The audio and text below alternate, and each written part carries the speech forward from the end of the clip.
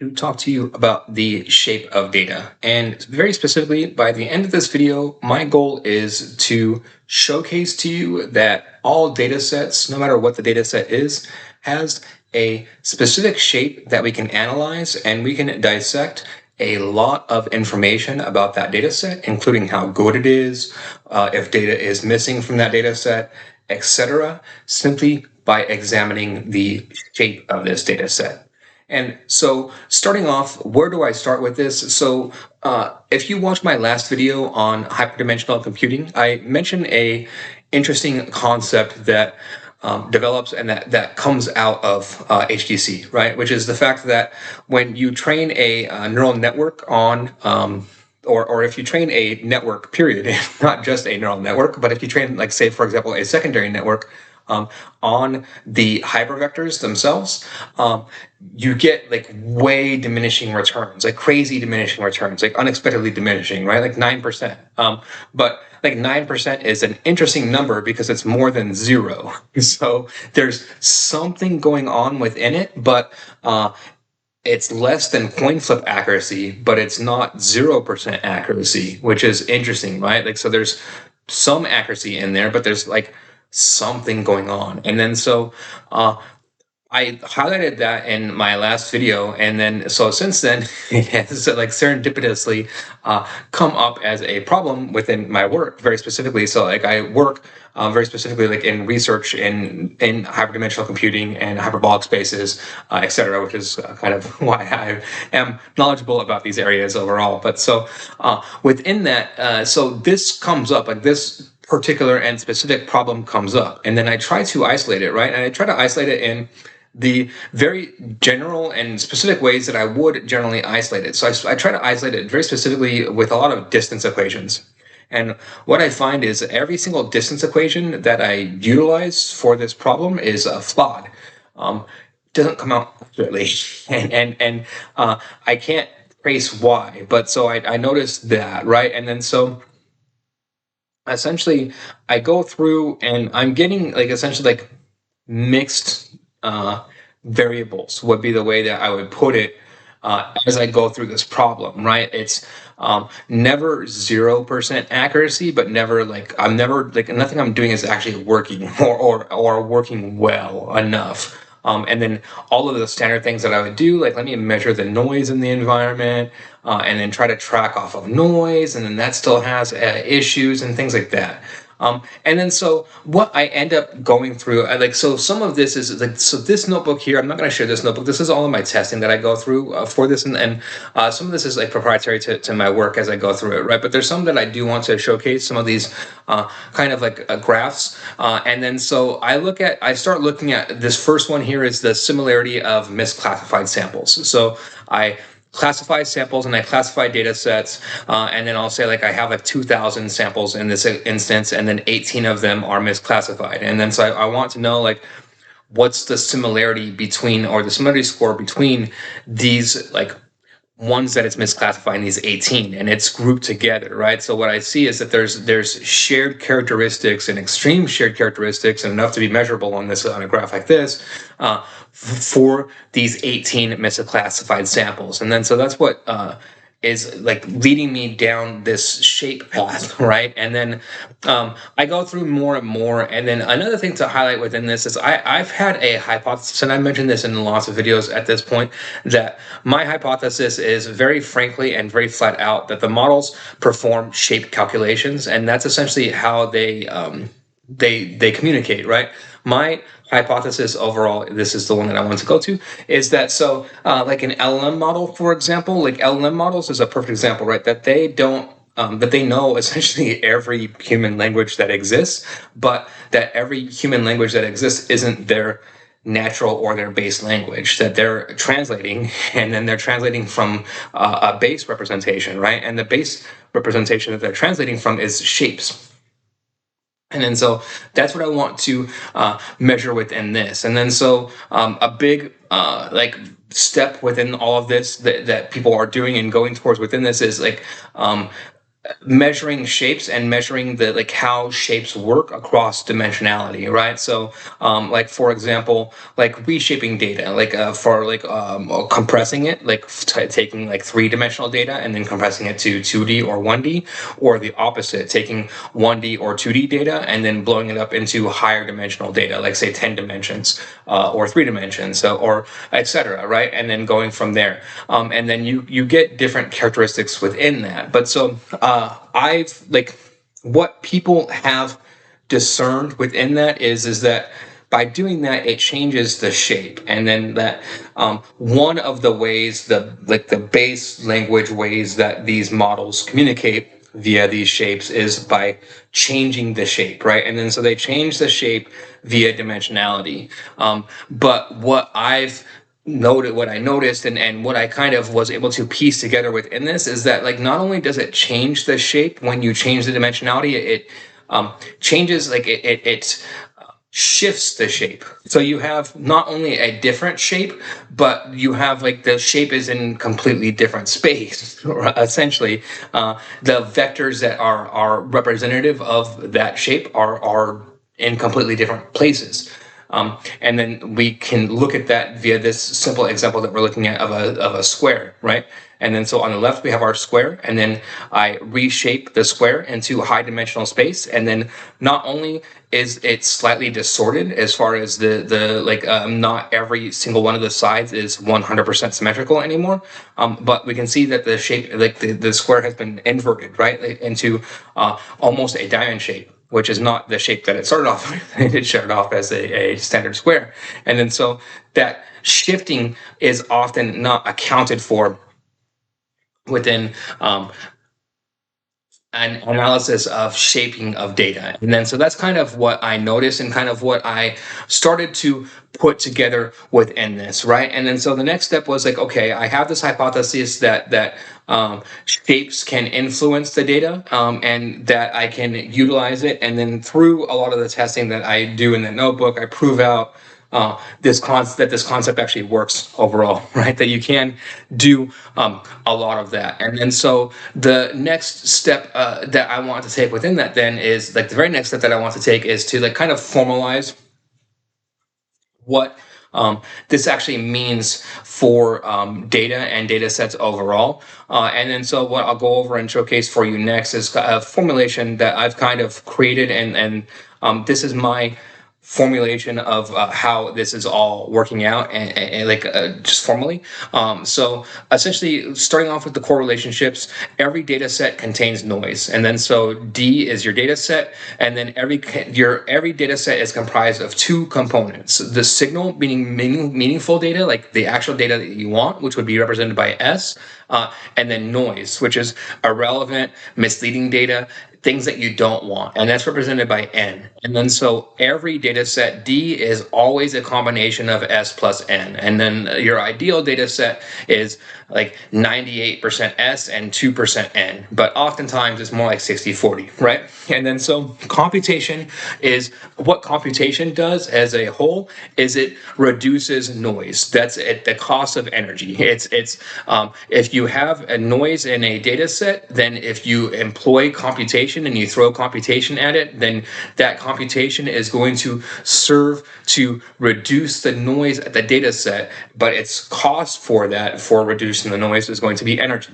And then so we can represent that as the equation that we're looking at here, where C is your computation process as a function of energy, which is represented by E, and then which operates to reduce N, which is our noise, and extract S, which is our signal, our meaningful data. And then so essentially computation serves to, by utilizing energy, it serves to reduce noise and extract meaningful data.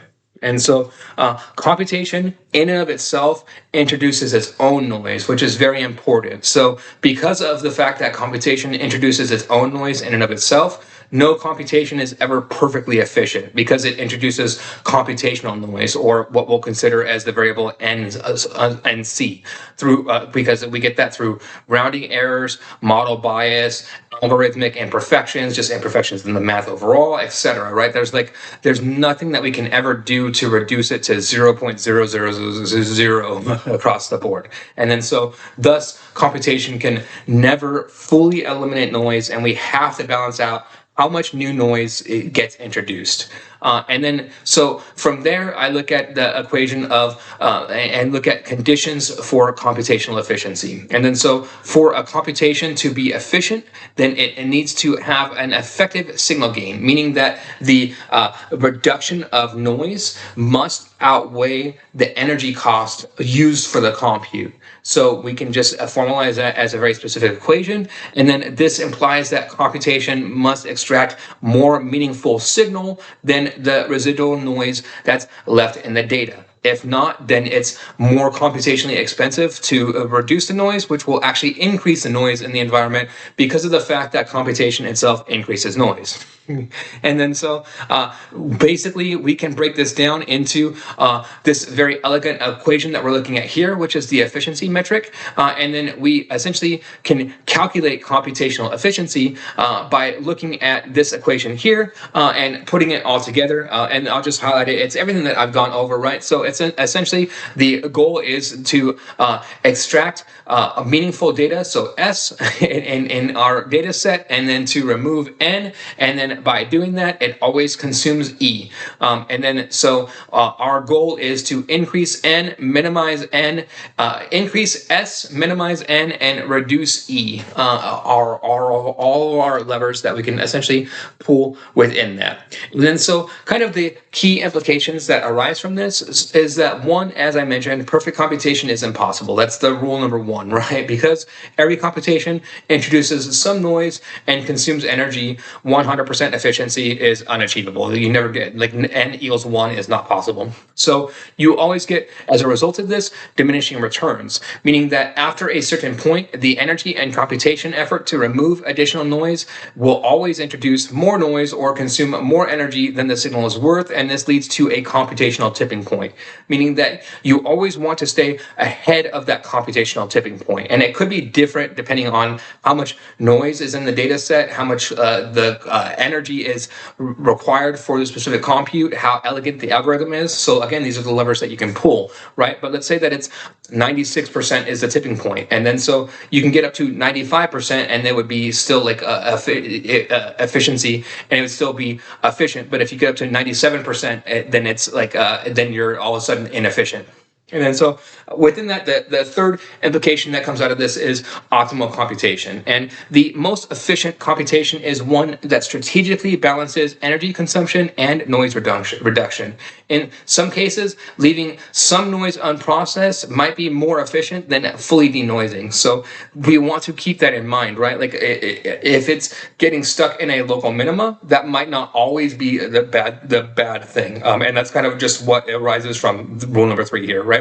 And then number 4 is that energy constraints define computational boundaries. So given finite energy, systems must prioritize tasks that yield the highest reduction of noise. And then this frames computation as an optimization problem, balancing signal recovery, noise reduction, and energy cost. So extended model, our computational trade-off curve is, so if we want to extend this out as the kind of the last note within this, is that you can imagine a curve to the Pareto frontier that plots the noise reduction of N against energy expenditure E. And then so essentially if we have low E to high N, we have not enough compute to meaningfully reduce the noise within that particular environment. So our goal then is optimal E to balance, which leads to balanced N. So optimal energy usage, which leads to a balanced reduction of noise, which leads to an ideal trade-off between energy and noise reduction. Whereas opposed to if we have high energy usage leads to diminishing returns. So more energy leads to marginal noise reduction, possibly introducing computational noise in and of itself. So just brute forcing the problem introduces noise, computational noise, which reduces our upper threshold and our upper limit overall, right? Kind of like, I mean, that dovetails very perfectly into everything that's related to computational theory and that we know about computational theory. But so employing this in practice, right? So this is all great in theory. What does this actually look like, right? And then so in this notebook, I'll leave a link to this notebook in the description for this video.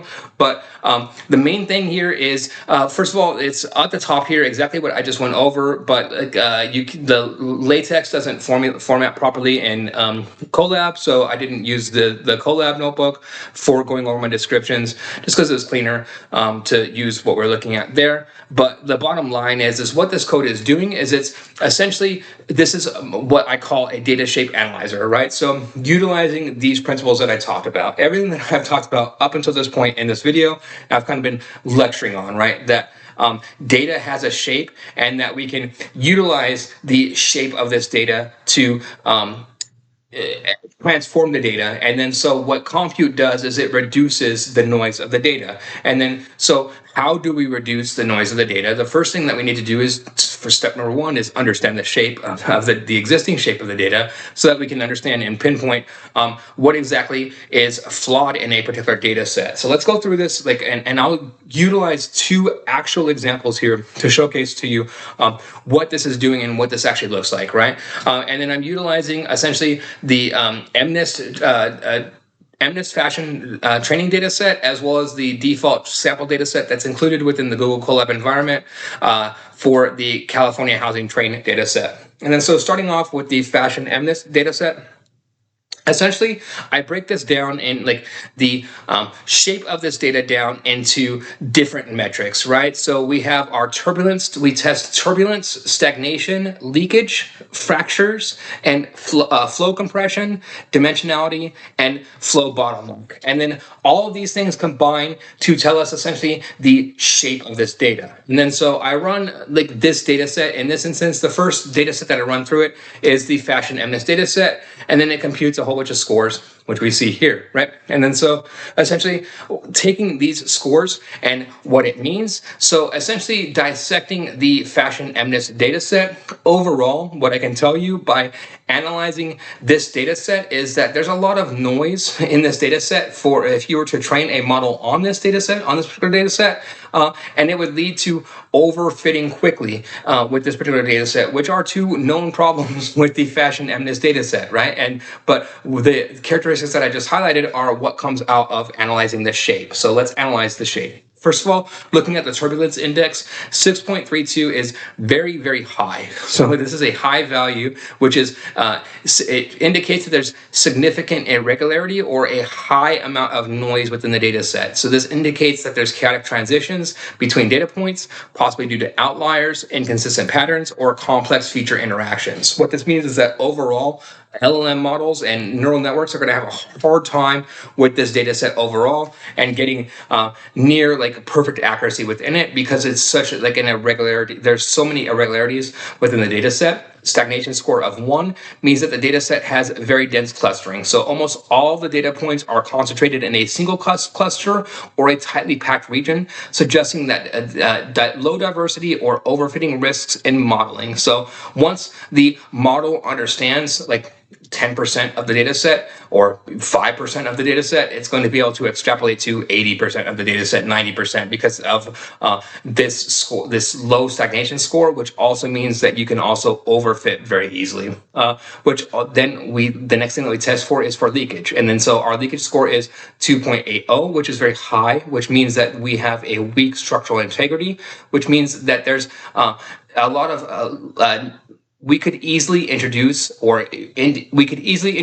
more noise into this data set, pointing to missing data, weak feature data sets, and or sparse regions within the data set. So this data set needs more representations and more examples. Fracture threshold of 0 is very low.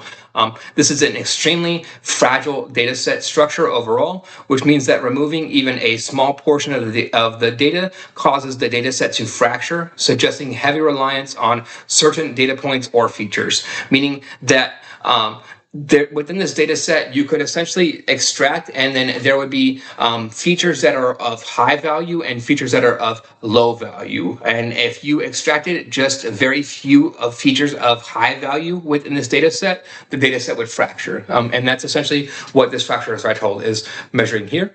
Our compression ratio of 0.52 is moderate, means that it's a balanced redundancy and complexity. So the data set has some structure to it, but it still contains significant complexity, possibly due to the noise or the high dimensionality of the data set. So we'll get some compression out of it, but not a lot. Our dimensional stability score of 0.36, this is a low value, which means that we have instability across dimensions, which means that projecting the data into lower dimensions definitively will distort this data set, and it will distort the structure of the data set, indicating the important patterns are dimension dependent or entangled.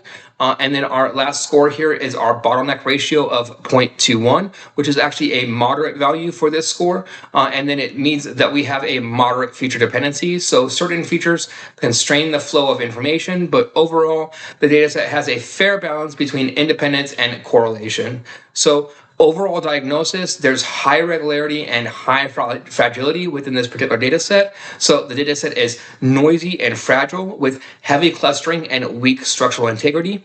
It's dimensional dependence. It's sensitive to dimensional shifts, meaning dimensionality reduction could harm model performance on this particular data set, which we see and we know overall with Fashion MNIST. And moderate complexity, the compression ratio suggests a balance between redundancy and complexity, but not heavily optimized, which is, that's why we use Fashion MNIST. So recommendations here to clean up the data. We can essentially utilize the shape overall to clean up and pre-process this data to change the shape before it's ever given to the model, right? So we can essentially reduce the noise before giving it to the model, which reduces the amount of computation that the model has to do on this data set, which improves the accuracy overall of the model. So it's like a whole feed forward chain just by providing and doing this analysis on this data set, right? And then just to show you that this isn't just some sort of BS analysis and we're not just making up those numbers, let's do this on on another data set, right? So on this data set, this one is going to be the California housing train data set here, just flat out from Google Colab. And then what we see here is completely different numbers, right? So starting off with the turbulence score, it's very low. The last one was above a 6. This one is a 0.25. So very low irregularity and noise. The data transitions smoothly between points, suggesting minimal outliers and consistent patterns. This is a positive indicator of a well-structured data set, which is probably why they include it in the sample data set for machine learning, right? Our next is stagnation score of 0.37, which is moderate. So data shows some grouping, but isn't overly clustered, balance between being too uniform and too dense. So this is good for overall generalization. Our leakage score in this instance is low, which suggests that we have a robust feature relationships and a minimal missing data. Our fractal threshold is 0.1, which is moderate, which means that we could essentially remove 10% and any random 10% of this data set, and we wouldn't have problems. Removing more than 10% of the data set, the data set would start to fracture. And then compression ratio of 0.63 is higher, much higher than the 0.55, and when we're talking about these things. So it indicates some redundancy and a reasonable amount of structure, so we can compress the data, but it does have structure overall, and the data isn't overly compressed, but still contains meaningful information for us to dissect. Our dimensional stability score is much higher at 0.65, which suggests that low dimensional projections can still capture important relationships, which makes sense overall, right? This is more related to, this is all housing data and crunching it. So adding zeros or reducing the amount of zeros or cutting the fractions off of that doesn't harm the data overall very much. It, of course, introduces some sort of accuracy loss because just shedding fractals is going to, shedding fractions is going to do that. But not significant. And then lastly, our bottleneck ratio is 0.28, which is in this instance moderate, which indicates a need to manage feature correlations carefully, and that there's some features that create bottlenecks, but the data set overall isn't overly constrained. So overall, this is a wonderful data set to use for training, especially compared to the first data set that we looked at. With our overall diagnosis, it's a well-structured and stable data set Datasets generally clean with low noise and solid structural integrity. It's moderate complexity. The data has some redundancy, but it's not overly simplistic. It leads to a balanced clustering. So clusters exist, but they aren't too dominant. And then moderate resilience. So while it can handle some data loss, a further fortification may be needed. And that's where we could clean up and reshape this data set before getting into the model, right? We could give it more examples within this to bring up that resilience score. So essentially more examples within certain areas. And we could dissect the data set further from here now that we've analyzed that and we know that. And we know that the data set is essentially missing data in certain areas to clean it up and make it a more robust and stronger data set for the AI model that we feed it to, which would then increase the accuracy score of it overall. So as you can see, this simple tool and this simple code that we're utilizing here is a useful tool for essentially utilizing and understanding the shape of your data set before giving it to your neural network so you can improve the performance all around and increase that positive feedback loop. I'll leave a link to this collab again, so you're free to utilize this data shape analyzer in any way that you like. And if you like this type of content, please like and subscribe. Thank you very much.